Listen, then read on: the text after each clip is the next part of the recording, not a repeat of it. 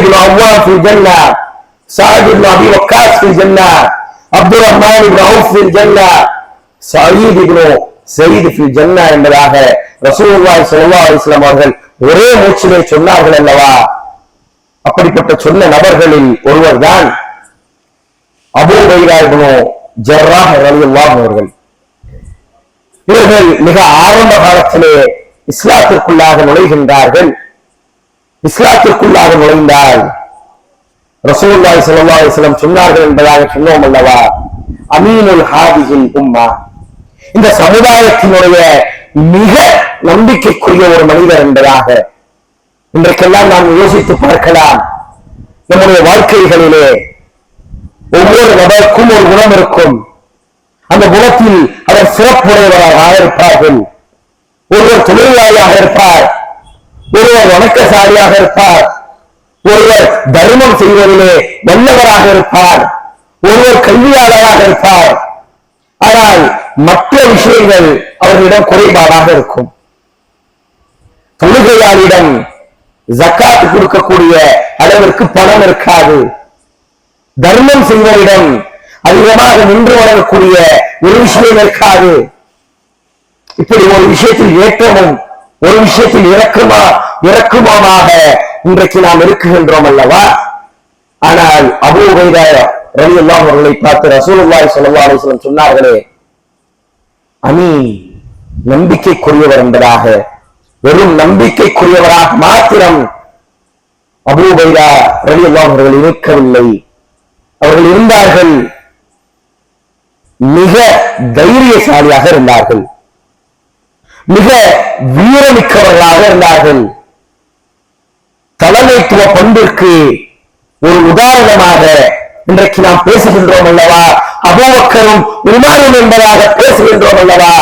தலைமைவாதிகள், தலைமைத்துவம் உடையவர்கள் என்பதாக அந்த பட்டியலில் மூன்றாவதாக இருந்தவர்கள் தான் அபூ உபைதா இப்னு ஜர்ராஹ் ரலியல்லாஹு அவர்கள். மிக ஆரம்ப காலத்திலே இஸ்லாத்திற்குள்ளாக நுழைகின்றார்கள். இஸ்லாத்திற்குள்ளாக நுழைந்தால் ரசூலுல்லாஹி ஸல்லல்லாஹு அலைஹி வஸல்லம் அவர்களுக்கு மிகவும் நம்பிக்கைக்குரியவராக, ரசூலுல்லாஹி ஸல்லல்லாஹு அலைஹி வஸல்லம் மிகவும் நம்பப்பட்ட, எல்லா தோழர்களும் ரசூலுல்லாஹி ஸல்லல்லாஹு அலைஹி வஸல்லம் நம்பிக்கை இல்லாமல் இல்லை. அனைத்து தோழர்களையும் ரசூலுல்லாஹி ஸல்லல்லாஹு அலைஹி வஸல்லம் அவர்கள் மிகவும் நம்பினார்கள். ஆனால் அபூ உபைதா இப்னு ஜர்ராஹ் ரலியல்லாஹு அவர்களை எடுத்தவரையில் அவர்கள் ஒரு படி மேல். அனைத்து விஷயங்களையும் அமானிதத்தாக ஒப்படைத்தால் அவை அமானத்தை பேணக்கூடியவர்களாக இருந்தார்கள். வீரமும் இருந்தது, தலைமைத்துவ பண்பும் இருந்தது, அமானிதத்தை பேணக்கூடிய ஒரு மனிதராகவும் அபூ உபைதா இப்னு ஜர்ராஹ் ரலியல்லாஹு அவர்கள் இருந்தார்கள். அவருடைய மக்காவினுடைய வாழ்க்கையை பற்றி அதிகமான செய்திகள் இல்லை. மதீனாவிற்கு வருகின்றார்கள், மக்காவில் தான் பிறக்குகின்றார்கள். முஹாஜிர், மக்காவினுடைய ஒரு மனிதர், மக்காவை பூர்வீகமாக கொண்ட ஒரு மனிதர். மதீனாவிற்கு ஹிஜ்ரத் வருகின்றார்கள். மதீனாவிலே எந்த அளவுக்கு என்று சொன்னால் வீர தீர செயல்களை எல்லாம் செய்ய ஆரம்பித்தார்கள். ஹிஜ்ரி 2 பத்ர் களத்திலே சஹாபாக்கள் எல்லாம் நிற்கின்றார்கள். எதிரி படையிலே இவர்களுடைய சொந்த உறவுகள் எல்லாம் நிற்கின்றார்கள். ஒரு படிக்கு மேலாக சொல்ல வேண்டும் என்று சொன்னால் அபூ உபைதா இப்னு ஜர்ராஹ் ரலியல்லாஹு அவருடைய தந்தை எதிரி படையிலே இருக்குகின்றார். அபூ உபைதா இப்னு ஜர்ராஹ் முஸ்லிமாக முஸ்லிம்களினுடைய படையிலே இருக்குகின்றார். போர் ஆரம்பமாகின்றது, போர் நடைபெற்றுக் கொண்டே இருக்குகின்றது. ஒரு மனிதர் அபூ உபைதா இப்னு ஜர்ராஹ் ரலியல்லாஹு அவருடைய முன்னால் இருக்குகின்றார். அவரை வெட்டாமல் அபூ உபைதா இப்னு ஜர்ராஹ் ரலியல்லாஹு அவர்கள் தவிர்த்து விட்டு வேற இடத்துக்கு போய் போர் செய்யறாங்க.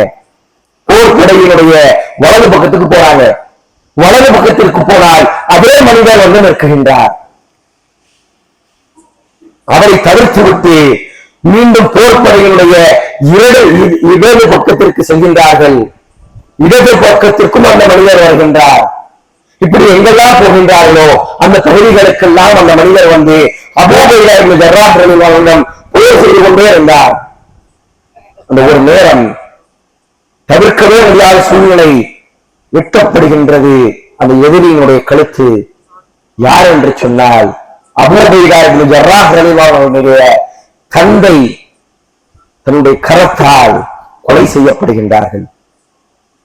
தந்தைதான் அல்லாஹ் தஆலா தன் திருமறையிலே சொல்லுகின்றான் அல்லவா, உங்களுடைய பெற்றோரை நீங்கள் பேணி பாதுகாத்துக் கொள்ளுங்கள், அவர்கள் இஸ்லாத்திற்கு மாறு செய்யாலும் அவர்களை நீங்கள் பேணி பாதுகாத்துக் கொள்ளுங்கள், அவர்களுடைய கொள்கைக்கு எதிராக மாறுங்கள் என்பதாக கொள்கைக்கு எதிராக அபூ உபைதா இப்னு ஜர்ராஹ் ரலியல்லாஹு தந்தை என்றார்.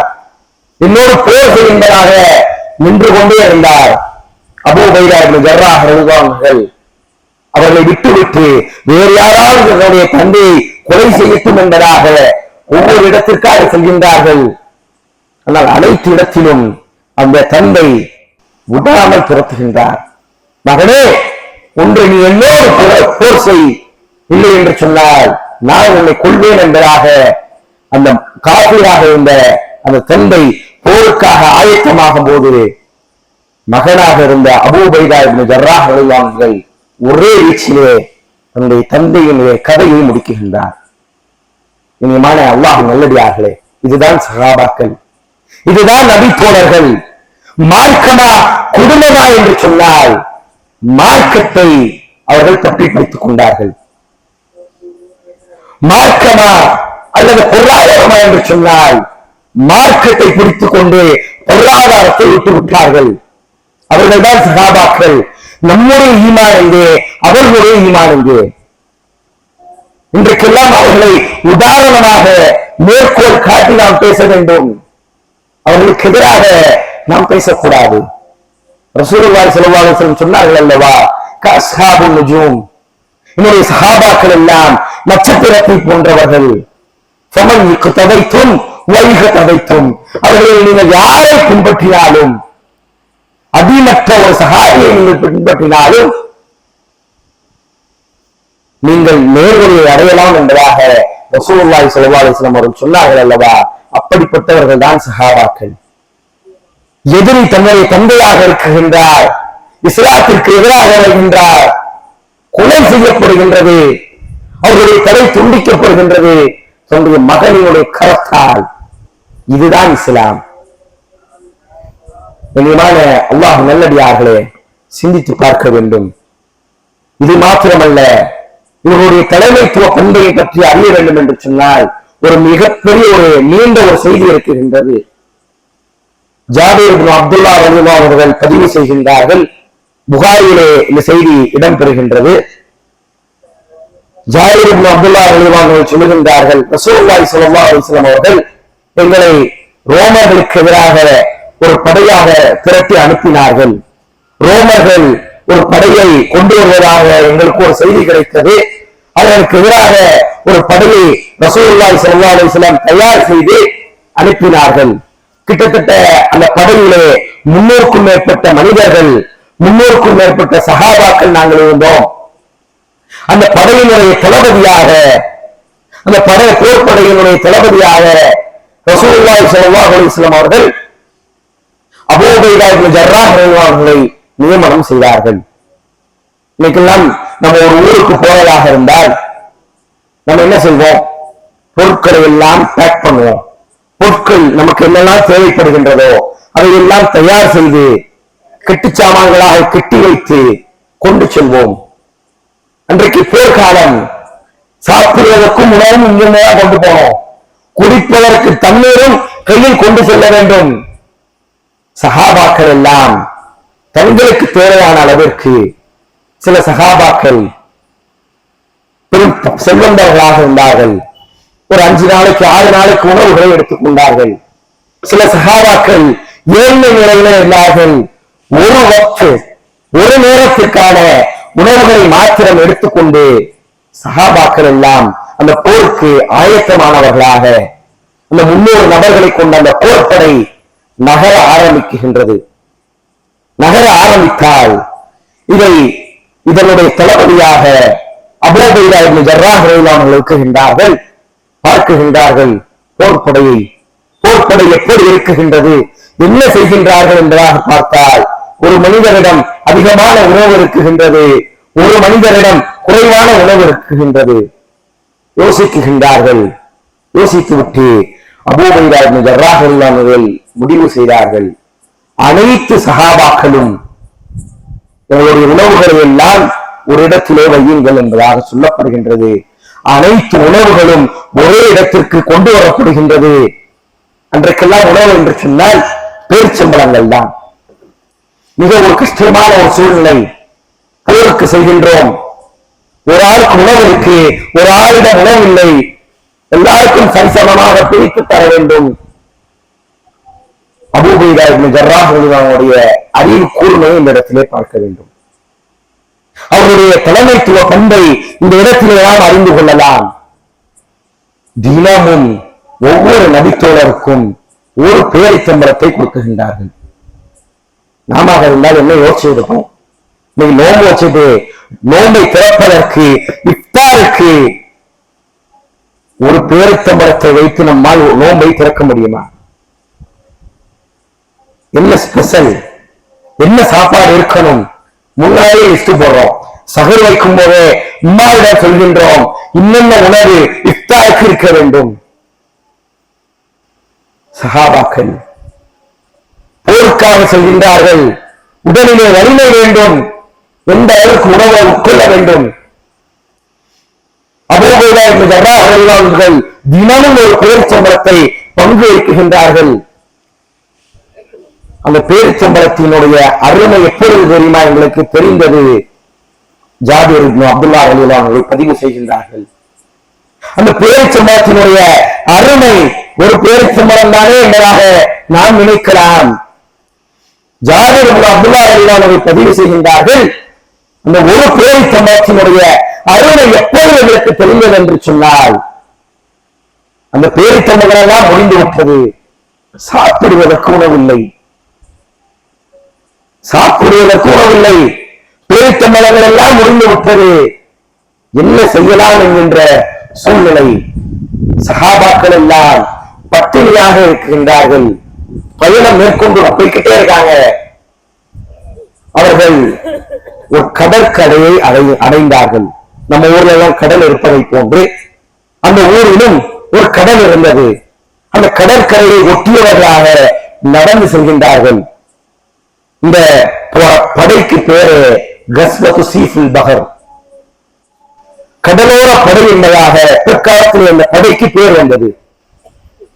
அவர்கள் கடலிலே நடந்து செல்லும் பொழுது உணவில்லாமல் மிகவும் பசியாக நடந்து செல்கின்றார்கள்.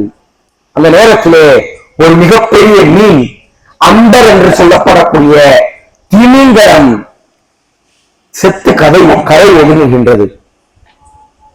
நாமளா என்ன நினைச்சிருக்கோம்? செத்து போய் இறங்கியிருக்கு. அல்லாஹ் குர்ஆன்ல சொல்றான், தாயார் செத்ததை உண்ணாதீர்கள் என்பதாக. இப்ப சாப்பிடணுமா வேணாமா? சஹாபாக்கள் எல்லாம் யோசிக்கின்றார்கள். தாயார் சற்று கரை ஒதுங்குகின்றது, இதை நாம் சாப்பிடுவது ஹலாலா ஹராமா என்பதாக யோசித்துக் கொண்டிருக்கக்கூடிய நேரம் அபூ உபைதா இப்னு ஜர்ராஹ் அவர்கள் சொன்னார்கள், இந்த நேரத்தில் நம்ம சாப்பிடுறது கூட ஒரு உணவு இல்லை, நம்முடைய உயிரை பிடிப்பதற்காக இதை சாப்பிடுவது நமக்கு ஹலால், சாப்பிடுவோம் என்பதாக கிட்டத்தட்ட அந்த மீனை 15 நாட்கள், எத்தனை நாட்கள்? 15 நாட்கள் 300 வீரர்கள் சாப்பிட்டார்கள். அப்ப எவ்வளவு பெரிய மீனா இருந்திருக்கும். ஒரு பெரிய மீனை பிடிச்சு சாப்பிட்டோம்னா நம்ம குடும்பத்திற்கு எத்தனை நாளுக்கு வரும்? ஒரு பெரிய மீன் கையில பிடிக்கக்கூடிய அளவுக்கு ஒரு மீன் எடுத்து நாம் கடையில் வாங்கி சமைத்து சாப்பிட்டால், நல்ல சாப்பிட்டா கூட 2 நாளைக்கு வரும், அதற்கு மேல வராது. மீன் காலியாகிவிடும், வெறும் குழம்பு மட்டும் இருக்கும். ஆனால் அன்றைக்கு சஹாபாக்கள் அந்த மீனை உட்கொள்கின்றார்கள். கிட்டத்தட்ட 15 நாட்கள் 300 வீரர்கள் சாப்பிடுகின்றார்கள். அந்த ஹதீஸிலே வருகின்றது, அந்த மீனெல்லாம் நாங்கள் சாப்பிட்டு முடித்த பிறகு மீனினுடைய எலும்பு இருக்குகின்றது அல்லவா, முள், அந்த முள்ளை நாங்கள் மணலிலே கொத்தி வைத்தோம், நட்டு வைத்தோம். அந்த 2 முட்களுக்கு நடுவாக அபூ உபைதா இப்னு ஜர்ராஹ் ரலியல்லாஹு ஒட்டகத்தை ஓட்டி சென்றார்கள். அதற்கு மேலாகவும் அந்த மீனினுடைய எலும்பு இருந்தது என்பதாக சஹாபாக்கள் சொன்னார்கள். வெயிட் பண்ணி பார்த்துக்கிட்டே இருக்காங்க. எந்த ஒரு படையும் எதிர்ப்படை வரவில்லை. உடனடியாக மதீனாவுக்கு கிளம்பி வருகின்றார்கள். மதீனாவுக்கு வந்தால் ரசூலுல்லாஹி ஸல்லல்லாஹு அலைஹி வஸல்லம் அவர்களிடம் சொல்கின்றார்கள், யா ரசூலுல்லாஹ், நாங்க இந்த மாதிரி போனோம், என்னுடைய உணவுகள் எல்லாம் தீண்டு விட்டது, சாப்பிடுவதற்கு உணவில்லை. அந்த நேரத்தில் அல்லாஹ் தஆலா ஒரு மீனை இறக்க செய்து கரை ஊடக செய்தான். அதை நாங்கள் சாப்பிட்டோம். சாப்பிடணுமா கூட என்பது எங்களுக்கு தெரியாது. அது ஹலாலா ஹராமா என்பது கூட எங்களுக்கு தெரியாது. நாங்கள் சாப்பிட்டது சரியா தவறா என்பதாக ரசூலுல்லாஹி ஸல்லல்லாஹு அலைஹி வஸல்லம் அவர்கள் சொன்ன பொழுது ரசூலுல்லாஹி ஸல்லல்லாஹு அலைஹி வஸல்லம் சொன்னார்கள், அந்த மீனினுடைய சிறு துண்டுதான் என்ன எனக்குந்தாங்க, நானும் சாப்பிடுகின்றேன் என்பதாக ரசூலுல்லாஹி ஸல்லல்லாஹு அலைஹி வஸல்லம் அவர்கள் பதிவு செய்தார்கள். இந்த சம்பவத்திற்கு பின்னால் தான் இமாம்கள் இந்த சம்பவத்தை வைத்து ஃபிக்ஹினுடைய சட்டங்களை எழுதினார்கள். என்னவென்று சொன்னால், கடலில் இருக்கக்கூடிய உயிரினங்கள் தானாக செத்தாலும் அல்லது பிடிக்கப்பட்டு அது உயிரை நீத்தாலும் அது ஹலால் என்பதாக எழுதப்பட்டது. கண்ணியமான அல்லாஹ் நல்லடியார்களே, இது மாத்திரமல்ல, அபூ உபைதா இப்னு ஜர்ராஹ் ரலியல்லாஹு அன்ஹு எந்த அளவுக்கு நம்பிக்கைக்குரியவர்கள், இந்த சமுதாயத்திலே எங்கே நிற்கக்கூடியவர்கள் என்பதை நாம் உணர்ந்து கொள்ள வேண்டும். அன்னை ஆயிஷா ரலியல்லாஹு அன்ஹாவிடம் கேள்வி கேட்கப்பட்டது, அன்னையே, ரசூலுல்லாஹி ஸல்லல்லாஹு அலைஹி வஸல்லம் அவர்களுக்கு பின்னால் இந்த சமுதாயத்திலே ஒரு மனிதர் இருக்குகின்றார் என்று சொன்னால் யார் என்பதாக கேட்கப்பட்டது. இந்த நேரத்திலே அன்னை ஆயிஷா ரலியல்லாஹு அன்ஹா பதில் அளித்தார்கள், அபி, என்னுடைய தந்தை என்பதாக சொன்னார்கள். யார் அவர்களுடைய தந்தை? அபூபக்கர் சித்தீக் ரலியல்லாஹு அன்ஹு. பிறகு சஹாபாக்கள் எல்லாம் கேட்டார்கள், அன்னையே, அபூபக்கருக்கு பின்னால் இந்த சமுதாயத்தை உடைய தூண் யார் என்பதாக கேட்ட பொழுது சொல்லப்பட்டது உமர் இப்னு ஹத்தாப் என்பதாக. பிறகு யார் என்பதாக கேட்கப்பட்டது. அன்னை ஆயிஷா ரலியல்லாஹு அன்ஹா பதிவு செய்தார்கள், அபூ உபைதா இப்னு ஜர்ராஹ் ரலியல்லாஹு அன்ஹு. அப்படி என்று சொன்னால் இந்த சமுதாயத்திலே அபூ உபைதா இப்னு ஜர்ராஹ் ரலியல்லாஹு அன்ஹு எங்கே நிற்கக்கூடியவர்கள் என்பதை நாம் இந்த செய்தியின் மூலமாக தெரிந்து கொள்ளலாம். இப்படிப்பட்ட ஒரு சஹாபி, அதிகமாக நாம் பெயர்களை கேள்விப்பட்டிருப்போம், அவருடைய வரலாறை நாம் படித்திருக்க மாட்டோம், அவருடைய வரலாறை நாம் தெரிந்திருக்க மாட்டோம். கண்ணியமான அல்லாஹ் நல்லடியார்களே, அபூ உபைதா இப்னு ஜர்ராஹ் ரலியல்லாஹு அன்ஹு ரசூலுல்லாஹி ஸல்லல்லாஹு அலைஹி வஸல்லம் எப்படி பயன்படுத்தினார்கள் என்று சொன்னால், ஒவ்வொரு பகுதிகளுக்கும் சென்று ஜக்காத்தை வசூல் செய்து வரக்கூடிய மனிதர்களாக அபூ உபைதா இப்னு ஜர்ராஹ் ரலியல்லாஹு அன்ஹு வைத்திருந்தார்கள். கண்ணியமான அல்லாஹ் நல்லடியார்களே, சாதாரண ஒரு மனிதரை ஜக்காத்திற்கோ அல்லது தர்மத்தினுடைய விஷயத்தில் வைக்க மாட்டார்கள். இன்றைக்கு நாம் கண்கூடாக பார்க்கலாம். ஒரு பைத்துல் மாலில் ஒருவர் பொறுப்பாளராக இருக்குகின்றார் என்று சொன்னால், ஜக்காத்தினுடைய ஒரு பொறுப்பாளர் இருக்குகின்றார் என்று சொன்னால், சாதாரணமாக ஏனோ தானோ என்பதாக ஒரு மனிதனை நியமித்து விட முடியாது. காரணம், பண விஷயம், பொதுமக்களினுடைய பணம், நாளை அல்லாஹ்விடம் பதில் சொல்ல வேண்டும். ஆனால் மிகவும் அமானிதத்திற்குரிய ஒரு மனிதரை, நம்பிக்கைக்குரிய ஒரு மனிதரை தான் இன்றைக்கு நம்முடைய சமுதாயம் வைத்துக் கொண்டிருக்கின்றது. அது போன்றுதான் அன்றைக்கு ரசூலுல்லாஹி ஸல்லல்லாஹு அலைஹி வஸல்லம் அவர்கள் எங்கெல்லாம் ஜக்காத்தை வாங்க வேண்டுமோ அங்கெல்லாம் ரசூலுல்லாஹி ஸல்லல்லாஹு அலைஹி வஸல்லம் அவர்கள் அபூ உபைதா இப்னு ஜர்ராஹ் ரலியல்லாஹு அன்ஹு அனுப்பி கொண்டிருந்தார்கள். நஜ்ரான் தேசத்திற்கு அனுப்பினார்கள். நஜ்ரானுடைய கிறிஸ்தவர்கள் முபாஹலா செய்வதற்காக இஸ்லாம் பொய்யான மார்க்கம், நாங்கள் தான் சத்திய மார்க்கம் என்பதாக சொல்லிக் கொண்டிருந்த நேரம் ரசூலுல்லாஹி ஸல்லல்லாஹு அலைஹி வஸல்லம் அவர்கள் முபாஹலா செய்வோம், நீங்களும் சத்திய மார்க்கத்தில் இருக்கின்றீர்கள் என்று சொன்னார். நீங்களும் வாருங்கள், நானும் என்னுடைய குடும்பத்தை எல்லாம் கூட்டி வருகின்றேன், இருவரும் சத்தியம் செய்வோம். யார் இஸ்லாத்தினுடைய யார் உண்மையான மார்க்கத்தில் இருக்குகின்றார்களோ அவர்களுக்கு அல்லாஹ் தஆலா அருள் புரியட்டும். யார் பொய்யான விஷயத்திலே இருக்குகின்றார்களோ, யார் குழப்பம் செய்கின்றார்களோ அவர்களுக்கு அல்லாஹ்வுடைய சாபம் இறங்கட்டும் என்பதாக முபாஹலா செய்து கொள்ளலாம் என்பதாக அழைத்த பொழுது அந்த நஜ்ரான் தேசத்தினுடைய கிறிஸ்தவர்கள் பயப்பட ஆரம்பித்தார்கள். ஒருவேளை நம்ம பொய்யாக இருந்தால் நம்முடைய குடும்பத்தின் மீது சாபம் இறங்கிவிடும், நாம் ஜிசியாவை செலுத்திவிட்டு அமைதியாக இருந்து விடுவோம் என்பதாக ஜிசியாவினுடைய வரியை அபூ உபைதா இப்னு ஜர்ராஹ் ரலியல்லாஹு கையில் கொடுத்து அனுப்பினார்கள். பஹ்ரைனுக்கு ரசூலுல்லாஹி ஸல்லல்லாஹு அலைஹி வஸல்லம் அவர்கள் ஜகாத்தை வசூலிப்பதற்காக அபூ உபைதா இப்னு ஜர்ராஹ் ரலியல்லாஹு அன்ஹு அனுப்பினார்கள். ஒரு ஃபஜ்ரினுடைய நேரம் அபூ உபைதா இப்னு ஜர்ராஹ் ரலியல்லாஹு அன்ஹு வருகின்றார்கள். பணத்தை எல்லாம் வாங்கிவிட்டு வந்து கொண்டிருக்கக்கூடிய நேரம் வந்து விட்டார்கள். வந்தால் சஹாபாக்கள் எல்லாம் சந்தோஷம். ஒரு இக்கட்டான ஒரு சூழ்நிலை, அவங்களுக்கு சாப்பிடுவதற்கு உணவில்லை, ஒரு பஞ்ச காலகட்டம். அந்த நேரத்திலே அபூ உபைதா இப்னு ஜர்ராஹ் ரலியல்லாஹு அந்த பணத்தை எல்லாம் பெற்றுக்கொண்டு மஸ்ஜித் நபவிக்குள்ளாக நுழைகின்றது. சஹாபாக்கள் எல்லாம் சொன்னார்கள், யா ரசூலல்லாஹ்,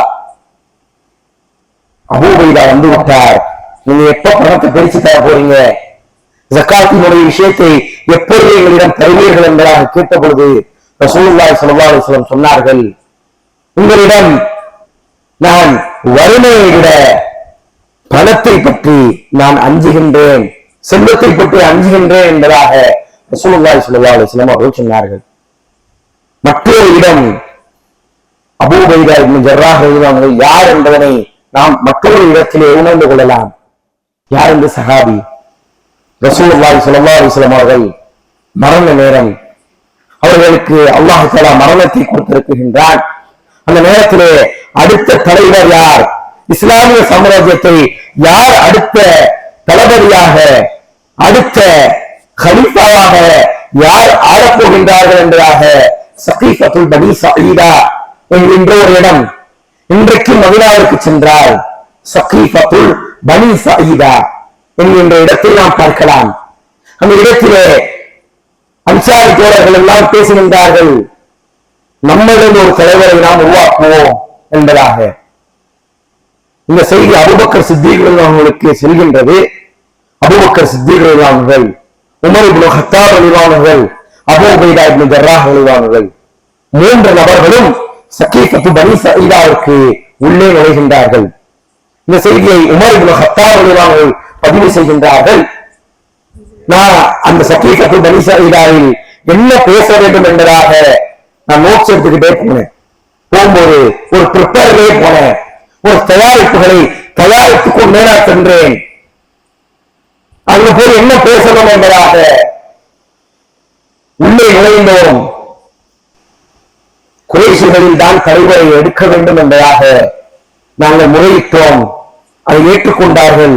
உடனடியாக அபூபக்கர் சித்தீக் அவர்கள் சொன்னார்கள், உங்களுக்கு முன்னால் 7 நபர்களை நான் வைக்குகின்றேன், இருவரில் ஒருவரை நீங்கள் முதல் கலீஃபாவாக தேர்ந்தெடுங்கள் என்பதாக நான் என்ன ப்ரிப்பேர் பண்ணிட்டு போனேனோ அதை எந்த ஒரு ப்ரிப்பேரும் இல்லாமல், எந்த ஒரு விஷயமும் இல்லாமல் அபூபக்கர் சித்தீக் அவர்கள் தானாக பேச ஆரம்பித்தார்கள். நான் ஆச்சரியப்பட்டேன். அபூபக்கர் சித்தீக் அவர்கள் மக்களுக்கு முன்னால் கொண்டு வந்த 2 தலைவர்கள் யார் தெரியுமா? அபூபக்கர் சித்தீக் அவர்கள் 2 நபர்களுடைய கைகளை உயர்த்தினார்கள். நீங்கள் கலீஃபாவை தேர்ந்தெடுக்க வேண்டும் என்று சொன்னால் ஒன்று உமரை தேர்ந்தெடுங்கள் அல்லது அபூ உபைதா இப்னு ஜர்ராஹ் அவர்களை தேர்ந்தெடுங்கள் என்பதாக அபூபக்கர் சித்தீக் அவர்கள் கூறிய 2 சஹாபாக்களில் ஒருவர் தான் அபூ உபைதா இப்னு ஜர்ராஹ் அவர்கள்.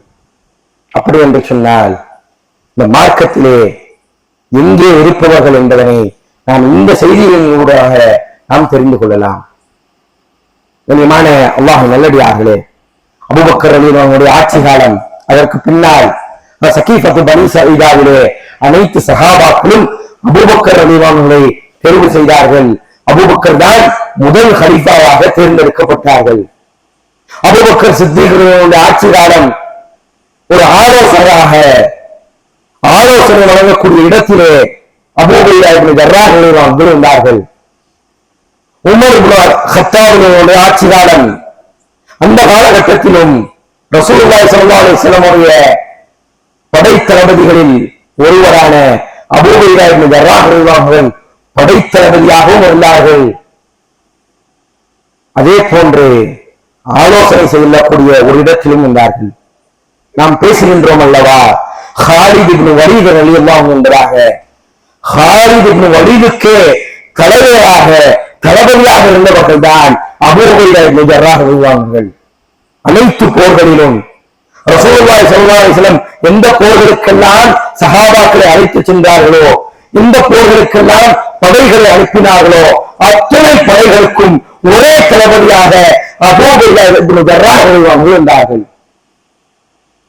அபூபக்கர் ரலியல்லாஹு காலகட்டத்திலும் அப்படிதான். சில படைகளுக்கு தான் ஹாலித் இப்னு வலீத் ரலியல்லாஹு அன்ஹு இருந்தார்கள். அதற்கு பின்பாக உமர் இப்னு கத்தாப் அவர்களுடைய காலகட்டம். உமர் இப்னு கத்தாப் அவர்களுடைய காலகட்டம். சிரியாவிலே போர் நடக்குகின்றது.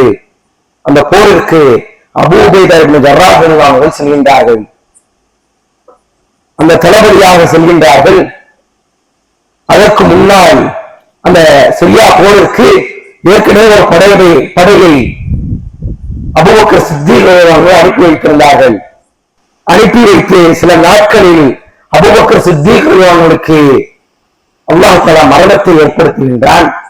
உமர் இப்னு கத்தாப் அவர்கள் அடுத்த கலீஃபாவாக மாறுகின்றார்கள்.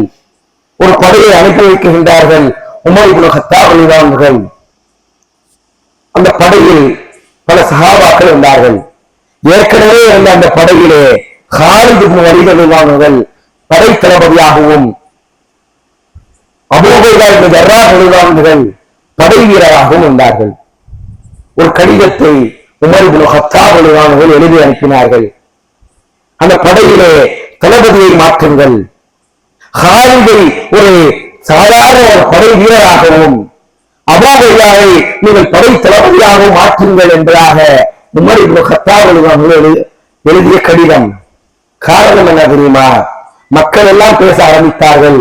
எங்கெல்லாம் ஹாலித் இப்னு வலீத் போகின்றார்களோ அந்த படையெல்லாம் கண்டிப்பாக வெற்றி கொள்ளும் என்பதாக அல்லாஹ்வை மறந்துவிட்டு மக்கள் எல்லாம் பேசிய காரணத்தினால் இதை தடுக்க வேண்டும் என்பதற்காக உமர் இப்னு கத்தாப் அவர்கள் இது போன்ற ஒரு செயலை செய்தார்கள். கடிதம் அபூ உபைதா இப்னு ஜர்ராஹ் அவர்களுடைய கைகளில் கொடுக்கப்படுகின்றது. போரினுடைய ஒரு இக்கட்டான ஒரு சூழ்நிலை. நாம இருந்தால் என்ன செய்திருப்போம்? அந்த இடம் நமக்கு கிடைக்க வேண்டும், தளபதி பதவி கிடைக்க வேண்டும், நமக்கு பின்னால் ஏற்றுக்கொண்ட இஸ்லாத்தை ஏற்றுக்கொண்ட ஒரு மனிதர் அவர் எப்படி நம்மை தலைமை தாங்கலாம் என்பதாக யோசித்திருப்போம்.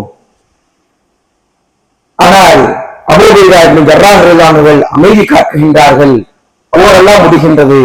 அந்த நேரத்திலே ஹாலித் இப்னு வலீதிடம் அந்த கடிதத்தை கொடுத்தார்கள். உங்களைத்தான் உமர் கீழே இறங்க சொன்னார், ஆனால் நீங்கள் இறங்கிவிட்டால் படையிலே குழப்பம் ஏற்படும். ஆகையினால் நான் என்ன செய்த, படையை நான் குலைக்க வேண்டும் என்கின்ற ஒரு எண்ணத்தில், குலைந்துவிடும் என்கின்ற ஒரு எண்ணத்தில் நான் அதை ஏற்காமல் உங்களையே படையினுடைய தளபதியாக ஆக்கினேன் என்பதாக அபூ உபைதா இப்னு ஜர்ராஹ் அவர்கள் சொன்னார்கள். தலைமையில் உதறிவிட்ட தருணங்கள். அம்ர் இப்னு ஆஸ் இதே போன்ற ஒரு படை வருகின்றது. அதே போன்ற ஒரு படையிலே அம்ர் இப்னு ஆஸுக்கு தலைமை பதவியை உதவியவர்களாக அபூ உபைதா இப்னு ஜர்ராஹ் அவர்கள் இருந்தார்கள். சிரியாவினுடைய போர். அந்த சிரியாவினுடைய போரிலே சஹாபாக்கள் எல்லாம் சென்று கொண்டிருக்கக்கூடிய நேரம். அந்த நேரத்திலே அத்தாஸ் என்கின்ற ஒரு நோய், ஒரு கொடூரமான ஒரு நோய் பரவுகின்றது. இன்ஷா அல்லாஹ் முடித்துக் கொள்ளலாம். ஒரு 2 நிமிஷம் உங்களுடைய வாழ்க்கையினுடைய இறுதி பகுதி. அத்தாஸ் என்கின்ற ஒரு நோய், ஒரு தொற்று நோய் பரவுகின்றது. அந்த தொற்று நோயை பார்த்து உமர் இப்னு கத்தாப் அவர்கள் பயப்படுகின்றார்கள். இல்லை, அந்த படைக்கு நம்ம போக வேண்டாம் என்பதாக சொல்லப்படுகின்றது. அபூ உபைதா இப்னு ஜர்ராஹ் அவர்கள் சொன்னார்கள், உமரே, நீங்கள் சிராயன் மேல் கதிரில்லா, அல்லாஹ்வுடைய கதிரை விட்டு ஓடுகிறலாம் என்பதாக யோசிக்கின்றீர்களா என்பதாக சொன்ன பொழுது உமர் இப்னு கத்தாப் அவர்கள் கண்ணீரை விட்டு அழுக ஆரம்பித்தார்கள். அபூ உபைதாவே, இந்த விஷயத்தை வேறு யாராவது சொல்லியிருந்தால் என்ன பண்ணிருக்க மாட்டேன், இவ்வளவு கவலைப்பட்டிருக்க மாட்டேன். சொன்னது அபூ உபைதா, ஆதலால் நான் கவலை கூறுகின்றேன் என்பதாக கண்ணீர் சிந்துகின்றார்கள். அந்த படைக்கு, அந்த ஊருக்கு, சிரியாவிற்கு எங்கு தொற்று பரவுகின்றதோ அந்த ஊரிலே கூடாரத்து தங்கப்படுகின்றது அந்த படை. உமர் இப்னு கத்தாப் அவர்கள் ஒரு கடிதத்தை எழுதுகின்றார்கள். அபூ உபைதாவே, படம் அப்படி போகட்டும், போர் செய்யட்டும், நீங்க வந்துருங்க. உங்களுக்கு ஏதாவது ஆகிவிட்டது என்று சொன்னால் என்னால் காண முடியாது, நீங்க வந்துருங்க என்பதாக எவ்வளவோ கடிதங்களை எழுதுகின்றார்கள். அங்கு இருக்கக்கூடிய அபூ உபைதா இப்னு ஜர்ராஹ் அவர்கள் மறுகடித்து எழுதுகின்றார்கள், இல்லை நான் வரமாட்டேன், ஒன்று போரிலே ஷஹீதாகுவேன் அல்லது தொற்று நோயால் பாதிக்கப்பட்டு ஷஹீதாகுவேன் என்பதாக கடிதம் எழுதப்படுகின்றது. கடிதம் உமர் இப்னு கத்தாப் அவருடைய கைகளில் கொடுக்கப்படுகின்றது. கொடுக்கப்பட்டால் கடிதத்தை திறந்து பார்க்கின்றார்கள். எழுதப்பட்ட வசனம் இதுதான். உமர் இப்னு கத்தாப் அவர்கள் தேம்பி அழுக ஆரம்பிக்கின்றார்கள். சஹாபாக்கள் எல்லாம் கேட்கின்றார்கள், யா அமீரல் முஃமினீன், அபூ உபைதா மரணித்து விட்டார்களா என்பதாக கேட்ட பொழுது உமர் இப்னு கத்தாப் அவர்கள் சொன்னார்கள், இல்லை, மௌத் மினல் கரீப், அவர் மரணத்திற்கு அருகாமையில் இருக்கின்றார் என்பதாக சொல்லப்பட்டது. அந்த கடிதம் கிடைத்த சில தினங்களில் தாமன் அத்வாஸ் தொற்று நோயால், பிளாக் நோயால், பிளேக் என்பதாக சொல்லப்படுகின்றது அல்லவா, அந்த நோயால் பாதிக்கப்படுகின்றார்கள். அபூ உபைதா இப்னு ஜர்ராஹ் அவர்கள் அதே இடத்திலே வஃபாத்தும் ஆகின்றார்கள். இன்னா லில்லாஹி வ இன்னா இலைஹி ராஜிஊன். கண்ணியமான அல்லாஹ் நல்லடியார்களே, இது போன்ற வரலாறுகளை நாம் அதிகமாக படிக்க வேண்டும். நம்முடைய குழந்தைகளுக்கு இது போன்ற வரலாறுகளை கற்றுக் கொடுக்கக்கூடிய சமூகமாக நீங்களும் நானும் மாற வேண்டும். எதை கேட்டோமோ அதன்படி அமல் செய்ய அல்லாஹ் தௌஃபீக் செய்வானாக. வஹர்தவானா அல்ஹம்துலில்லாஹி ரப்பில் ஆலமீன். Subscribe to Creativity channel, like, share and comment, and click on the notification bell so that you'll be notified every time we post a new